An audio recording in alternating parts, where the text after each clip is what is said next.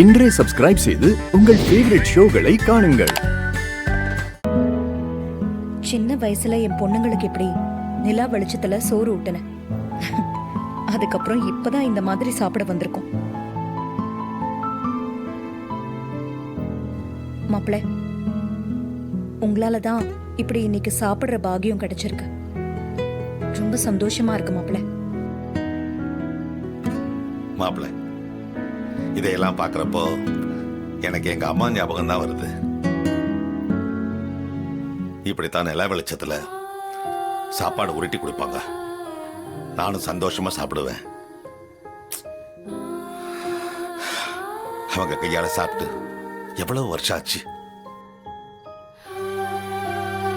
இப்ப எதுக்கு உங்க அம்மாவை ஞாபகப்படுத்துறீங்க? அந்த கிழவி இன்னைக்கு பண்ணி வச்ச கூத்தெல்லாம் மறந்துட்டீங்களா? பேசாம சாப்பிடுங்க. அம்மா, அவரோட ஃபீலிங்ஸ் சொல்ல கூட நீங்க விட மாட்டீங்களா? நீங்க எங்களை பத்தி பேசலாம், அப்பா அவரோட அம்மாவை பத்தி பேசக்கூடாதா?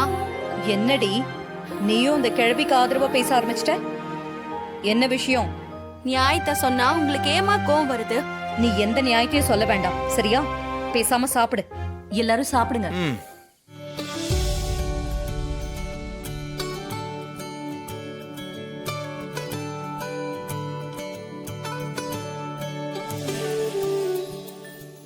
டைனிங் டேபிள்ல உட்காந்து சாப்பிட்டு இப்படி நிலா வெளிச்சத்துல இயற்கை காத்தோடு சாப்பிடுறது புது எக்ஸ்பீரியன்ஸா இருக்கு. ரொம்ப நல்லா இருக்கு. ஆமாம்மா, இனிமேலாவது மாசத்துக்கு ஒரு தடவையாச்சு இந்த மாதிரி மொட்டை மாடிக்கு வந்து நிலா வெளிச்சத்துல சாப்பிடணும்.